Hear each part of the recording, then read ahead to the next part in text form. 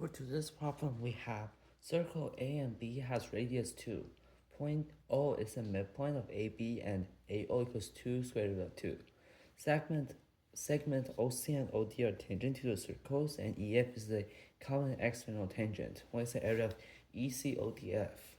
So, well, in order to just find the area of outright is really hard because you have like a sec, because you have COD, which is pretty easy because it's a triangle, but this is like a curve shape and it's really hard to find.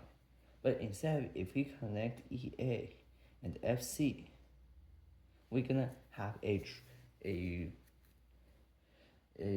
rectangle, and we can just subtract EAC, CAO, ODB, and DBF, which is a lot easier. So we know that since E equals 2, and we know that since AO is half of AB, AB is equal to 4 square root of 2. So the total area is 8 square root of 2. So now we know that AC equals 2 since it's also a radius, and we know that it is a right angle because OC is a tangent. So now, and we know that since AO equals 2 square root of 2, and that this is a 45, 45, 90 right triangle, and CO also equal 2. And since it's the same thing on the circle B, we know that we have we can form a square with sinus 2, which the area is 4.